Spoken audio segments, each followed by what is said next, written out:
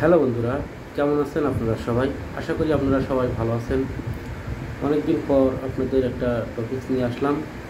দেখেন, আমরা যারা নতুন ফেসবুক চালাই বা ফেসবুক পেজ খুলেছি ইনকাম করার জন্য, তারা হয়তো বুঝতে পারছেন না যে আমাদের পেজে কোনো সমস্যা আছে কিনা। অর্থাৎ আপনাদের ওয়াচ টাইম 60,000 মিনিট এবং ফলোয়ার 5,000 থাকার সত্ত্বেও আপনাদের পেজ মনিটাইজেশন হচ্ছে না। কী কারণে মনিটাইজেশন হচ্ছে না, আজ আমরা সেটাই দেখাবো। চলুন আমরা দেখতে থাকি কী কারণে আমাদের পেজ মনিটাইজেশন হচ্ছে না বা অন্য অন্য রুলসগুলো আমরা কেন পারছি না। দেখতে থাকুন।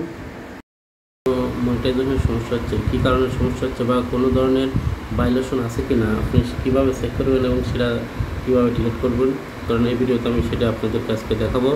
আমি সেটা দেখার জন্য প্রথমে আপনাদেরকে ফেসবুক নামে অ্যাপসে যেতে হবে।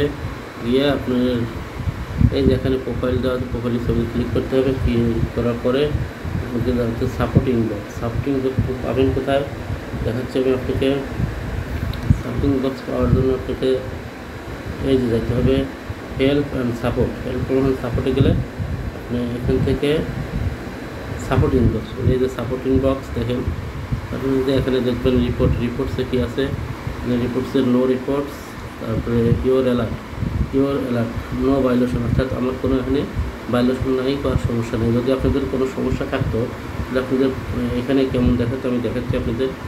দেখেন এইরকম, ঠিক এরকম দেখাতো। আমার যেমন সমস্যা ছিল আমি ডিলিট করে দিচ্ছি। এই দেখেন আপনাদের এরকম দেখাতো, যদি কোনো সমস্যা থাকতো এরকম দেখাতো। আর যদি আর এরকম, অর্থাৎ রিকমেন্ডেশনে অর্থাৎ ব্লট অ্যাট রিস্ক থাকতো, অর্থাৎ প্রোফাইল হ্যাজ সাম কিছু থাকতো। আপনারা এটা কীভাবে ডিলিট করবেন?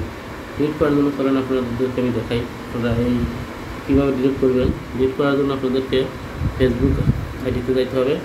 যার পর আপনি দেখেন যেমন যে কোনো একটা আপনি যদি আপনার আমি দেখাচ্ছি, দেখতে থাকুন। ফেসবুক এই ধরনের একটা ভিডিও, ঠিক আছে, এই ধরনের আপনাদের আমি দেখাচ্ছি। আমাদের সাথে তখন ভালো একটা ভিডিওটি দেখাই।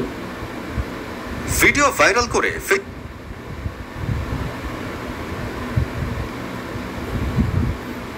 আমাদের সাথে থাকুন।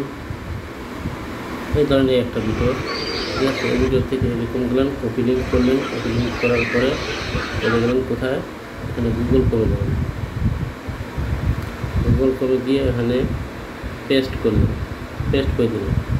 পেস্ট করার পরে আপনি চলে গেলেন এখানে গিয়ে www তিনটে ডাব্লু কেটে দিলেন এমবেসিক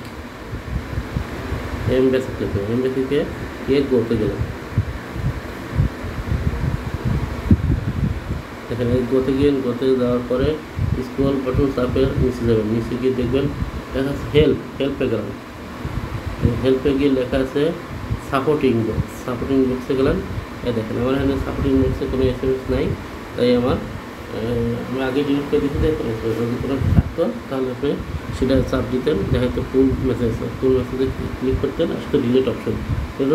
এখান থেকে আপনি এইভাবে ডিলিট করতে পারেন এবং আপনার আইডিকে ফ্রেশ করে রাখতে পারেন। যদি আমার ভিডিওটা আপনাদের ভালো লাগে থাকে অবশ্যই আমার পেজটা ফলো করবেন, কমেন্ট করবেন।